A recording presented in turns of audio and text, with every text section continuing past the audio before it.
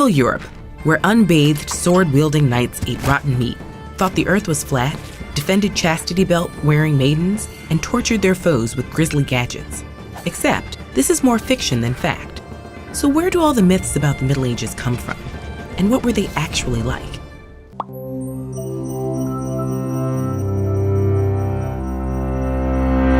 The Middle Ages refers to a 1,000-year time span, stretching from the fall of Rome in the 5th century to the Italian Renaissance in the 15th. Though it's been applied to other parts of the world, the term traditionally refers specifically to Europe. One misconception is that medieval people were all ignorant and uneducated. For example, a 19th century biography of Christopher Columbus incorrectly purported that medieval Europeans thought the earth was flat. Sure, many medieval scholars described the earth as the center of the universe, but there wasn't much debate as to its shape. A popular 13th century text was literally called On the Sphere of the World, and literacy rates gradually increased during the Middle Ages alongside the establishment of monasteries, convents, and universities. Ancient knowledge was also not lost. Greek and Roman texts continued to be studied. The idea that medieval people ate rotten meat and used spices to cover the taste was popularized in the 1930s by a British book.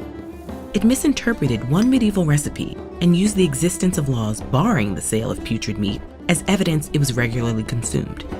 In fact, medieval Europeans avoided rancid foods and had methods for safely preserving meats, like curing them with salt. Spices were popular, but they were oftentimes pricier than meat itself, so if someone could afford them, they could also buy unspoiled food. Meanwhile, the 19th century French historian Jules Michelet referred to the Middle Ages as 1,000 years without a bath, but even small towns boasted well-used public bathhouses. People lathered up with soaps made of things like animal fat, ash, and scented herbs, and they used mouthwash, teeth scrubbing cloths with pastes and powders, and spices and herbs for fresh-smelling breath. So how about medieval torture devices? In the 1890s, a collection of allegedly terrible relics of a semi-barbarous age went on tour.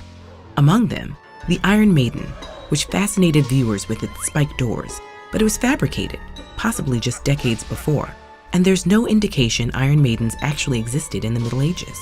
The Pear of Anguish, meanwhile, did exist, but probably later on, and it couldn't have been used for torture. It may have just been a shoe stretcher. Indeed, many ostensibly medieval torture devices are far more recent inventions. Medieval legal proceedings were overall less gruesome than these gadgets suggest. They included fines, imprisonment, public humiliation, and certain forms of corporal punishment. Torture and executions did happen, but especially violent punishments, like drawing and quartering, were generally reserved for crimes like high treason. Surely chastity belts were real though, right? Probably not.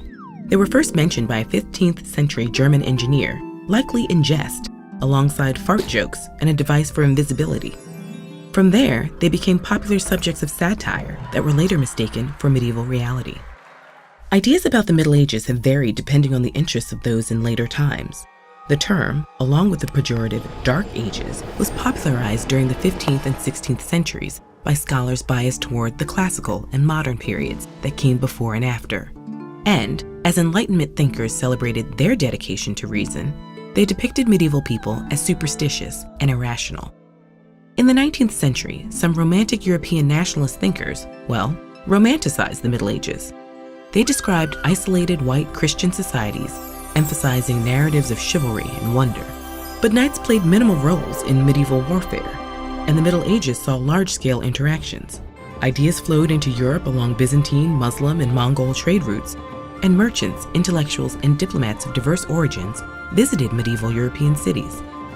The biggest myth may be that the millennium of the Middle Ages amounts to one distinct, cohesive period of European history at all. Originally defined less by what they were than what they weren't, the Middle Ages became a ground for dueling ideas, fueling more fantasy than fact.